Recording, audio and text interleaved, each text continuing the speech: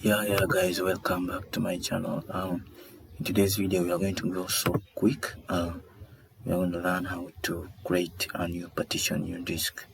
So I'm going to press Windows E and I'm going to choose this PC, and after choosing this PC you see I have local disk C, D and E. So I'm going to create another one from D, from local disk D. So we're going to dive straight to my video. So you go straight to manage, and when the window open, computer management, you go to disk management. So after going to disk management, you come straight and select local disk D. After selecting D, right click and then you go to shrink volume. So when it opens the space, you enter the amount of space to shrink in MBs. So for example, on 8000 MBs should be around 7 point something GB, because 1 GB is 1024 MBs. So I'm going to go to shrink. It has already shrinked. It's 7.81 GB. See, it's unallocated.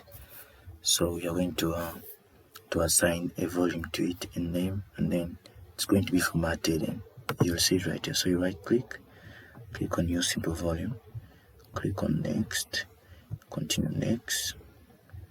So you want to assign a letter, any letter you want. So for this case I input J and go straight to, so here I can put a new label I want. So let me try to put Jacques Tech here right now. Jacques Tech. And I click next, and then I finish. It's going to be formatted, and my new disk is here. It's free. It's so free. It's empty. I can put anything in it, guys. So you have seen, so easy guys. Thank you for watching. Please subscribe, it doesn't cost a single penny, and hit the notification button so that we keep receiving all my videos whenever I post them. Thank you so much.